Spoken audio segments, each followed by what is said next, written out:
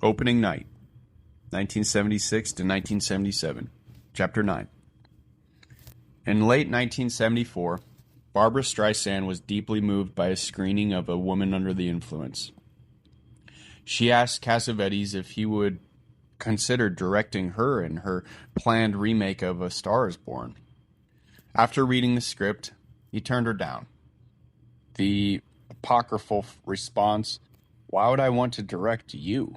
made the cocktail party rounds at the time, but the reading left its mark.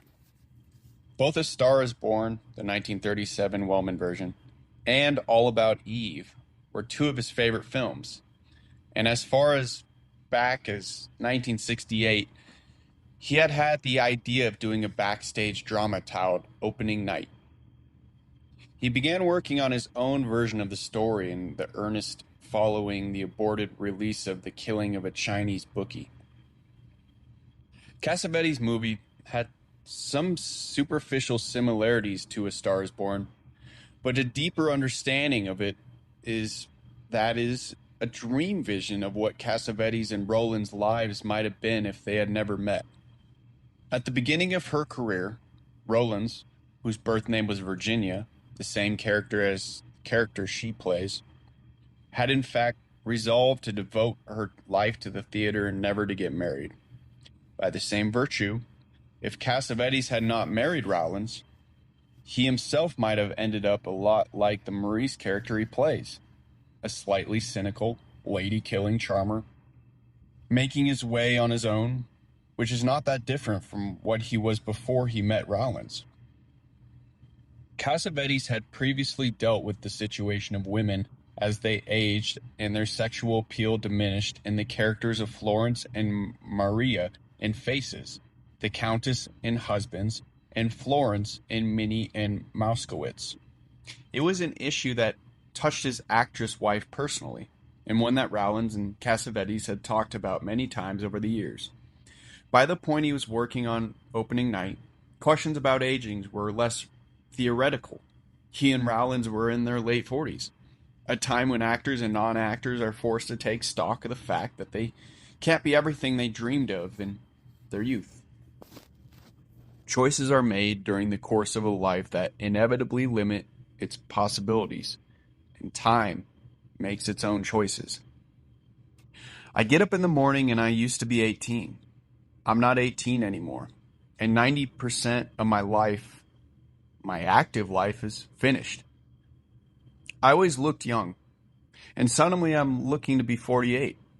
I look at myself in the mirror and sometimes I tell myself, what is this fucking head? Who would have such a face? So I understand these kind of feelings.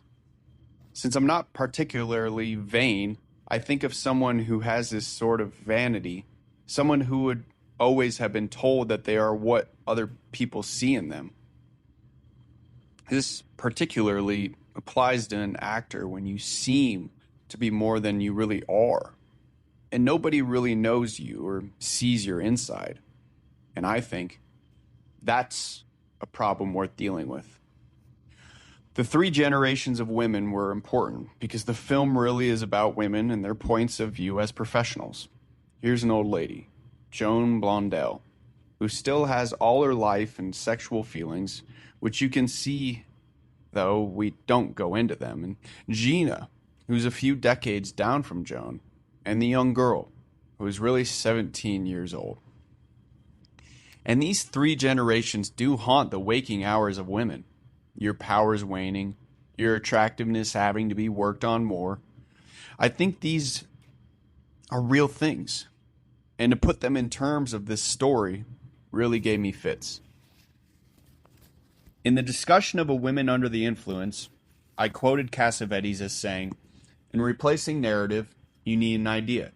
There are several themes that link the characters and situations in Opening Night. One is the idea of the kind of wariness that settles in on many professionals as they reach middle age. In their different ways, Myrtle, Manny, and Dorothy are all experiencing feelings of exhaustion, doubt, and despair about the value of their lives. They are tired rather of their own routines, bored with their own successes, and cynical about the praise lavished on them. It is not hard to see an autobiographical dimension to this side of the film. Another idea that links the characters is men's and women's different responses to aging and feelings of mortality. Manny Victor and Gus Aaron respond by having affairs. Their relationships with younger women are their way of denying their age. Myrtle Gordon, Dorothy Victor, and Sarah Good respond in other ways, their fears of getting old. In the service of exploring the aging theme, Cassavetes methodically compares and contrasts the lives of more than a dozen women of different ages and situations. Teenage, middle-aged, and elderly, wives, lovers, and loners, childless professionals, and fertile earth mothers. As he always did before he began writing, Cassavetes did research. He talked to Sam Shaw's wife, who was in her 60s. Cassavetes called her almost every night for a year on the telephone and talked to her for hours. He watched television talk shows and read women's magazines. He played bridge in the afternoons with Roland's, her mother, his mother, and anyone else who would join them. I love spending the afternoon with these women. I never talk. I just sit and listen and smile. They tell me everything. They forget I'm a man. I might as well have a dress on. Then I also read for 2 years all the women's pages. Everything is how to be younger, how to stay younger. What is the answer? What is the secret? So we made a film. I'm not afraid of putting in aging. I sit up and watch the morning shows. I was watching people patting people on the cheeks all morning. If I made a movie like that, they'd kill me because they'd be so embarrassed. I would never choose that because it's exploitative. They would be taking somebody and embarrassing them.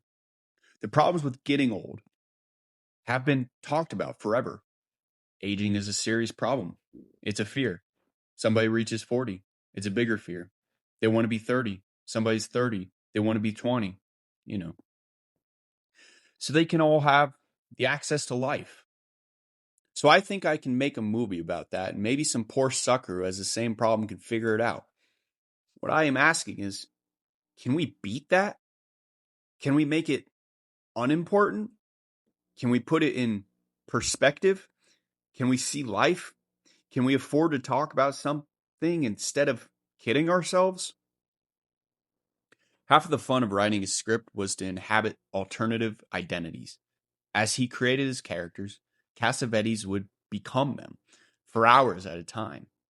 Bo Harwood describes afternoons during the preparation of opening night when Cassavetes would come into the office as Myrtle, trying out lines for the script, doing her tones, experimenting with gestures to see what they felt like. You can't do this kind of exploration through film techniques. You have to write and write and write. Without the writing, I don't think that filmmakers could do as well because techniques, well, you've seen all of them. They become less important after a while. The same techniques have been more and more perfected. And what else can you do with the camera? It's not enough. You can see within yourself, this has been done before. Everything has been done to dissect in a mechanical way. Everything.